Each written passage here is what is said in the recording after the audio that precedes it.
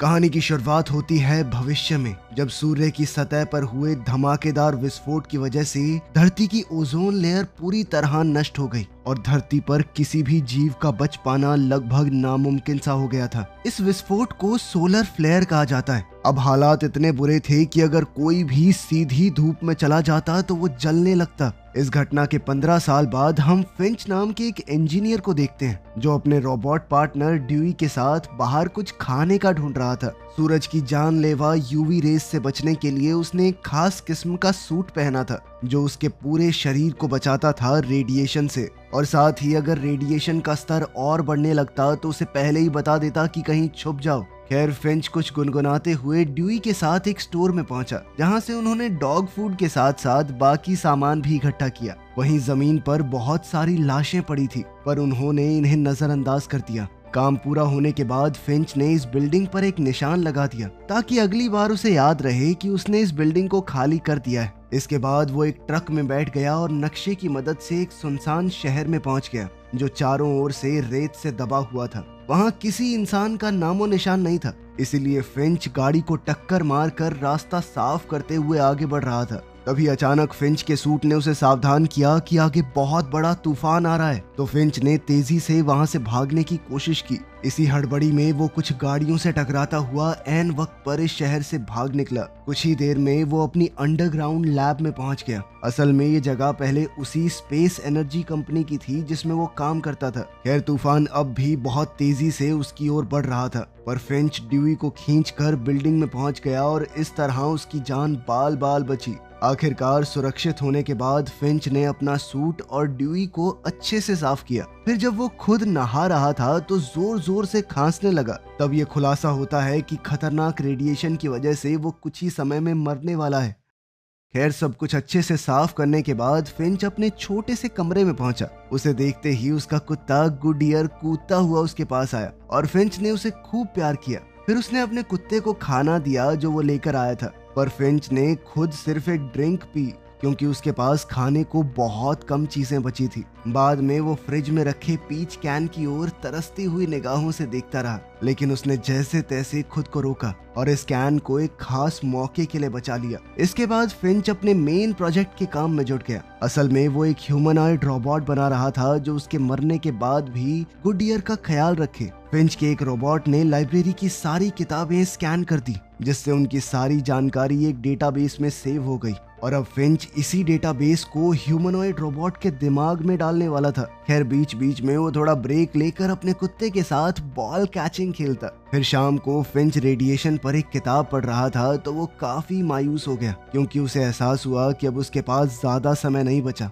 इसीलिए अब सोने की बजाय उसने अपने रोबोट पर ही काम करना जारी रखा। उसने सर तो लगभग बना दिया था लेकिन बस आंखों की कमी थी, इसीलिए उसने डीन की आंखें निकाल ली और कहा कि बाद में तुम्हें नई आंखें लगा दूंगा। पर जैसे ही उसने अपने रोबोट को एक्टिवेट किया तो वो बोल तो नहीं पा रहा था मगर सर हिलाकर फिंच के सवालों का जवाब दे रहा था। उसे देखकर फिंच बहुत ज्यादा खुश था, इसीलिए उसने फटाफट उसके बोलने की प्रॉब्लम भी ठीक कर दी। आखिरकार रोबोट बोलने लगा जिसे देखकर उसका कुत्ता गुडियर थोड़ा डर गया और उस पर जोर जोर से भौंकने लगा। फिर रोबोट ने अपना नाम जेफ चुना और अपने मालिक फिंच को बताया कि डेटाबेस में जितनी चीजें आपने डाली थी वो सब मैं जानता हूँ। उसकी प्रोग्रामिंग के हिसाब से रोबोट को फिंच के सारे ऑर्डर्स मानने होंगे, जिसमें सबसे पहला था कि वो इंसानों को कोई नुकसान नहीं पहुंचाएगा। आखिरकार फिंच ने जेफ को समझाया कि तुम्हारा असली मकसद है मेरे मरने के बाद गुडियर का ख्याल रखना। तभी अचानक बिल्डिंग की बिजली चली गई। फिंच ने बाहर जाकर विंड टरबाइन फिर से चालू की और इधर जेफ ने गुडियर से बात करने की कोशिश की मगर कुत्ते ने बस उसकी टांग पे पेशाब कर दिया और चलता बना। तभी अचानक फिंच को दूर से बहुत जबरदस्त तूफान आता दिखाई दिया तो उसने जल्दी से अंदर भागकर जेफ को वेदर स्टेशन से कनेक्ट कर दिया। तब ये खुलासा होता है कि अगले 24 घंटे में 4 अलग अलग तूफान टकरा कर एक बवंडर बना देंगे जो करीब 40 दिन चलेगा।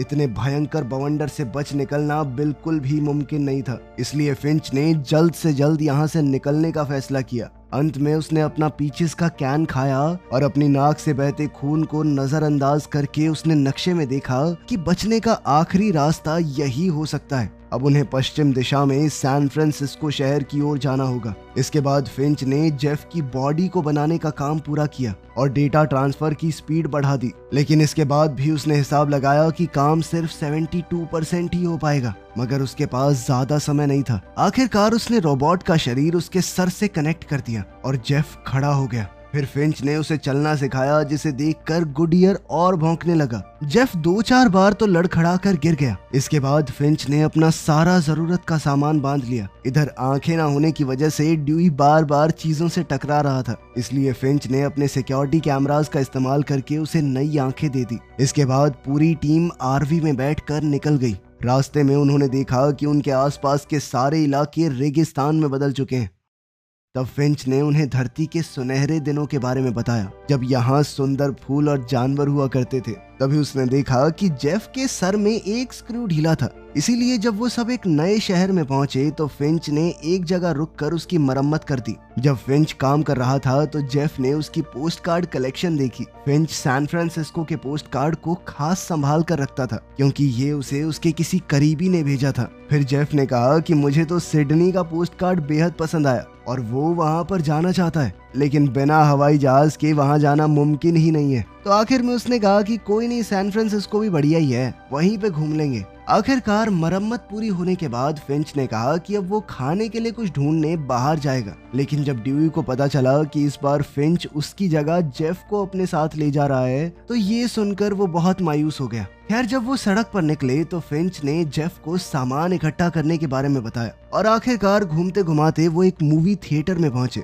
उसका दरवाजा एक मोटी जंजीर से बंधा हुआ था, मगर जेफ ने अपनी ताकत से बड़ी आसानी से इस दरवाजे को उखाड़ फेंका। फिर अंदर जाकर जेफ ने पहली बार शीशे में खुद को देखा तो वो बहुत खुश हुआ। उधर फिंच को एक पॉपकॉर्न का बैग मिल गया। उसने बाहर जाकर जेफ को दिखाया कि सूरज की किरणें इतनी तेज हैं कि सारे पॉपकॉर्न कुछ ही पलों में अपने आप भुन गए। लेकिन उसी समय उन्होंने देखा कि तूफान तेजी से उनकी ओर बढ़ रहा है। अब वो तुरंत आरवी में बैठ गए और शहर से भागे, मगर तूफान उन्हें अपनी चपेट में लेने ही वाला था। अब उनके पास आखिरी रास्ता यही था कि वो एक सुरक्षित ठिकाना ढूंढे। तब फिंच ने जेफ की मदद से आरवी को तारों से बांध दिया ताकि तूफान उसे उड़ा ना ले जाए। फिंच अपनी बीमारी से काफी कमजोर हो चुका था, इसीलिए वो जल्दी ही थक गया। तब जेफ ने उसे वापस आरवी में भेज दिया और खुद जोरों शोरों से मेहनत करके काम पूरा किया। अंदर फिंच ने गुडियर को एक कैबिनेट के अंदर भेजा और फिर सारी खिड़कियों को जल्दी से ढककर जेफ को आवाज लगाई। जैसे ही जेफ ने आखिरी तार बांधा तो तूफान उनकी आरवी तक आ पहुंचा,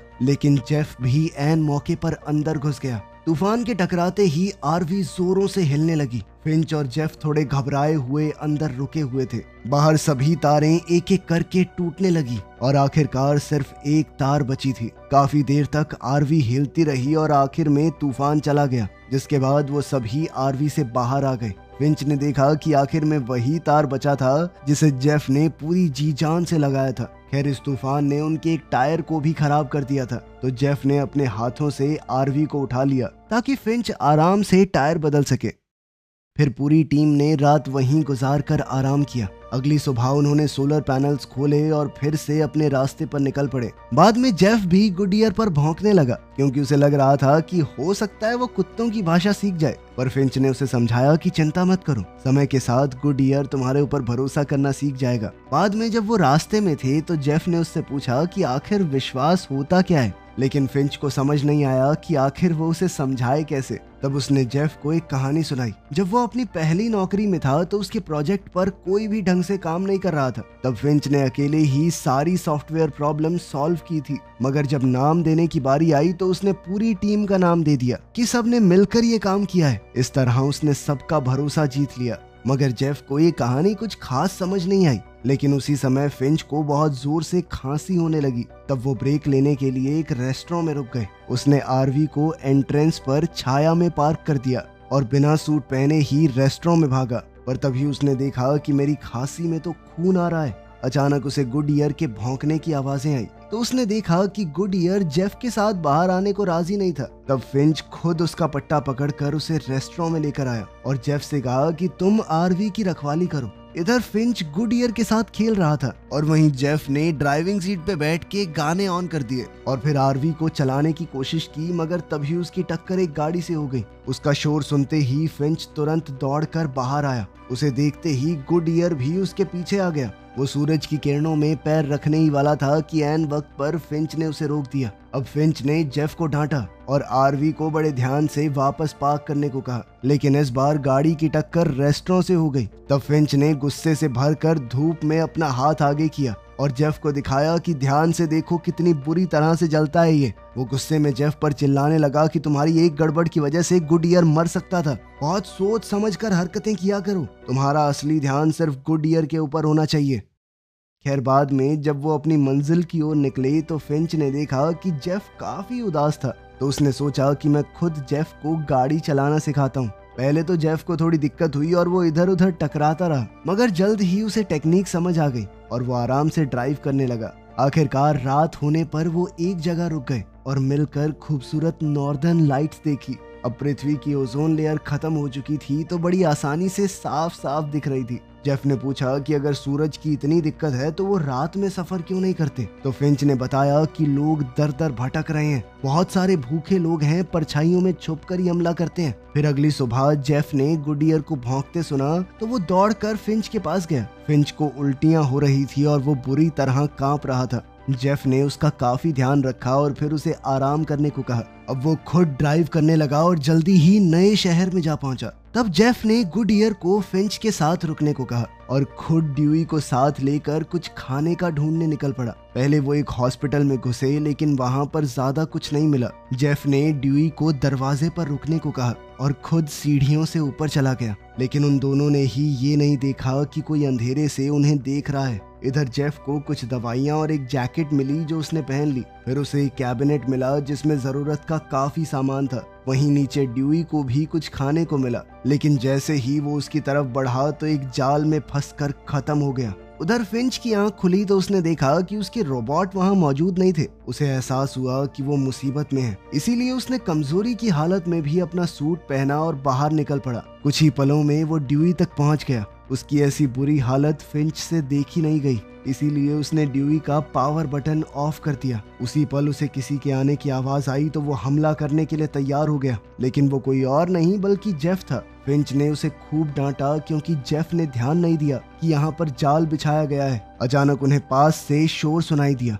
तो वो तुरंत भागने लगे। फिर सीढ़ियों पर फिंच बुरी तरह खांसने लगा और अपने घुटनों के बल गिर गया, पर वो आवाजें तेजी से उनके करीब आ रही थी। तो जेफ ने फिंच को उठाया और दोनों तुरंत बिल्डिंग से बाहर आ गए। फिर वो जल्दी से आरवी तक पहुंचे और फटाफट वहां से भाग निकले। कुछ घंटों बाद जब रात हुई तो आखिरकार फिंच का ध्यान गया कि गाड़ी में कोई तो उनका पीछा कर रहा है। जेफ के पास नाइट विजन थी और वो अंधेरे में भी गाड़ी चला सकता था, इसीलिए उसने गाड़ी की सभी लाइटें बंद कर दी, मगर फिर भी वो गाड़ी उनके पीछे ही थी। फिर उन्होंने स्पीड बढ़ाने की कोशिश की, पर तभी फिंच की नजर सामने मौजूद अंडरपास पर पड़ी तो उसने ऐन वक्त पर स्टीयरिंग घुमाकर आरवी को सड़क से उतार दिया। जेफ ने फिंच को समझाया कि आरवी की हाइट अंडरपास से ज्यादा है, हम वहां फंस जाएंगे, मगर फिंच घबराहट में आरवी चलाता रहा ताकि वो उसे अंडरपास के नीचे छुपा सके। खैर जेफ की बात बिल्कुल सही निकली, मगर अब अंडरपास से टकराने की वजह से आरवी के छत पर लगे सोलर पैनल खराब हो गए। अब वो खराब हो ही गए थे तो जेफ ने पूरी ताकत से धक्का देकर आरवी को पूरी तरह अंडरपास के नीचे छुपा दिया। अब वो सब काफी डरे हुए थे और पीछे वाली गाड़ी के निकलने का इंतजार करने लगे। तब जेफ ने देखा कि फिंच खुद को बचाने के लिए एक बंदूक भी रखता है। खुशकिस्मती से वो गाड़ी चली गई और फिंच ने बाहर आकर आरवी में हुए नुकसान को देखा। वो खुद को कोसने लगा कि अब तो मैं इसकी मरम्मत भी नहीं कर सकता। वो समझ चुका था कि अब हम इस हालत में सैन फ्रांसिस्को नहीं पहुंच पाएंगे। तब जेफ ने उसे हौसला देने की कोशिश की, मगर फिंच ने गुस्से में अपना आपा खो दिया। वो उसके ऊपर ही चिल्लाने लगा, मगर जेफ ने हिम्मत नहीं हारी और आरवी में जाकर कहा कि मुझे तुम्हारे ऊपर पूरा विश्वास है, तुम कुछ कर लोगे। तब फिंच ने उसे एक बार फिर एक कहानी सुनाई। शुरुआत में सोलर फ्लेयर के धमाके के बाद लोग अभी नए तौर तरीकों से जीना सीख ही रहे थे। तब फिंच एक सुपरमार्केट में पहुंचा और उसे नूडल्स का एक बैग मिला, लेकिन फिर उसने एक माँ बेटी को देखा जिनका कार्ट सामान से भरा पड़ा था। उस बच्ची के हाथों में बंदूक थी और उसकी माँ बार बार उसे यही कह रही थी कि अगर कोई भी दिखाई दे तो गोली मार देना। अब मौत के डर से फिंच वहीं छुपा रहा, लेकिन उसी समय एक गुंडा शॉटगन लेकर वहां पहुंच गया और उन दोनों से सामान मांगने लगा, लेकिन खींचातानी में उस गुंडे ने कई गोलियां चला दी। जब तक फिंच बाहर आया तब तक माँ बेटी दोनों मर चुके थे, पर तभी उसे एक आवाज सुनाई दी।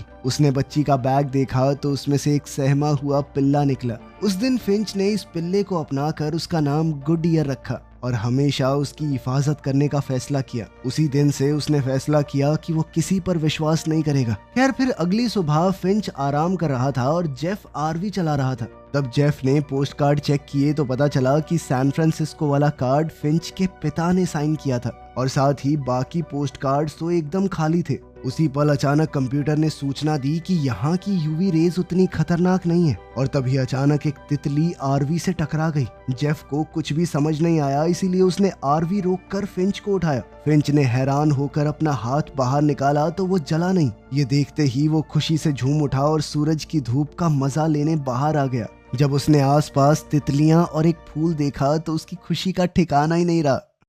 कई घंटे तक सफर करने के बाद उन्हें पास के इलाके में कई पेड़ पौधे दिखाई देने लगे। इस बात की खुशी मनाने के लिए फिंच ने अपना खास सूट पहना और आरवी रोककर सूरज की धूप में पिकनिक करने बैठ गया। तब जेफ ने कहा कि उसने कल रात उन सबको ब्रिज पर खड़े देखा था। ये सुनकर फिंच काफी खुश हुआ क्योंकि जेफ अब इंसानों की तरह सपने देखना सीख गया था। तब जेफ ने उससे पूछा कि तुमने पोस्ट कार्ड के बारे में झूठ क्यों कहा? तो फिंच ने उसे एक नई कहानी सुनाई। जब वो बच्चा था तो उसकी माँ ने उसे बताया कि तुम्हारे पिता की रगों में वाइकिंग्स का खून है। फिर फिंच ने जेफ को वाइकिंग फ्यूनरल की एक तस्वीर दिखाई। फिंच के पिता उसके पैदा होने से पहले ही चले गए थे क्योंकि वो एक इंजीनियर थे जो बड़े बड़े पुल बनाया करते थे और अपने काम के चलते उन्हें अलग अलग देशों में जाना पड़ता। फिंच ने कभी उनसे बात नहीं की, लेकिन फिर उसके 15वें जन्मदिन पर उसे एक पोस्ट कार्ड मिला। उसके पिता ने लिखा था कि एक दिन वो अपने बेटे से मिलना चाहेंगे और फिंच ने इसी खास मौके के लिए ये सूट खरीदा था। खैर बदकिस्मती से उसके बाद उसे अपने पिता की कोई खोज खबर नहीं मिली। ये कहानी जेफ को बड़ी दिलचस्प लगी। उसने कहा कि अगर हम जल्दी निकले तो 18 घंटों के अंदर अंदर गोल्डन गेट पहुंच सकते हैं। वहीं का पोस्ट कार्ड भेजा था ना तुम्हारे पापा ने। मगर फिंच ने उसे याद दिलाया कि उसकी हालत कैसी है, वो वहां तक पहुंच ही नहीं पाएगा, थोड़ी देर में मरने वाला है। फिर उसने एक बॉल फेंककर जेफ को गुड ईयर के साथ खेलना सिखाया। मगर जब जेफ ने बॉल फेंकी तो भी गुड ईयर वापस लाकर फिंच को ही देता था क्योंकि वो अभी भी जेफ पर विश्वास नहीं करता था। तभी अचानक फिंच की खांसी में बहुत सारा खून आने लगा। जेफ ने उसकी मदद करने की कोशिश की पर फिंच ने कहा कि तुम पहले ही मेरी बहुत मदद कर चुके हो। फिर उसने जेफ से हाथ मिलाया और उसे गले लगा लिया। आखिरकार फिंच आरवी में जाकर लेट गया और गुड ईयर उसके पास चला गया। जेफ बाहर ही रुककर सामान इकट्ठा कर रहा था, मगर जैसे ही सूरज डूबा उसे गुड ईयर के रोने की आवाज सुनाई दी और वो समझ गया कि फिंच मर चुका है। आखिरकार उसके सम्मान में जेफ और गुड ईयर ने उसे भी सूट के साथ ही जलाकर बिल्कुल वाइकिंग्स वाला फ्यूनरल दिया। पहले तो जेफ को समझ नहीं आ रहा था कि आखिर आगे क्या करना चाहिए, पर जल्द ही उसे याद आया कि उसने गुड ईयर की देखभाल का वादा किया है। उसने गुड ईयर को खाना खिलाया और फिर बॉल फेंकी तो गुड ईयर पहली बार बॉल वापस उसके पास ही लेकर आया। जल्द ही वो खेलते हुए एक दूसरे के दोस्त बन गए और गुड ईयर ने जेफ को गले भी लगा लिया। आखिरकार वो फिर से रास्ते पर निकल पड़े क्योंकि वो फिंच की मंजिल तक पहुंचना चाहते थे। अंत में जब वो सैन फ्रांसिस्को पहुंचे तो जेफ ने फिंच की याद में एक मेमोरियल बनाया और गुड ईयर के साथ गोल्डन गेट देखने गया। वहाँ की खूबसूरती देखकर उसकी आंखें खुली रह गई। साथ ही उसने वहाँ लोगों के मैसेजेस देखे जो उन्होंने अपने परिवार के लिए छोड़े थे। ये सब देखकर जेफ ने गुड ईयर से कहा कि उन्हें इन बचे हुए लोगों को ढूंढकर उनकी मदद करनी चाहिए। आखिरकार उसने एक पोस्ट कार्ड पर अपनी टीम की ड्राइंग बनाकर टांग दी और गुड ईयर के साथ एक नई जिंदगी की शुरुआत करने निकल पड़ा। वीडियो पसंद आई तो लाइक कर देना, चैनल को सब्सक्राइब कर लेना। मिलते हैं अगली वीडियो में।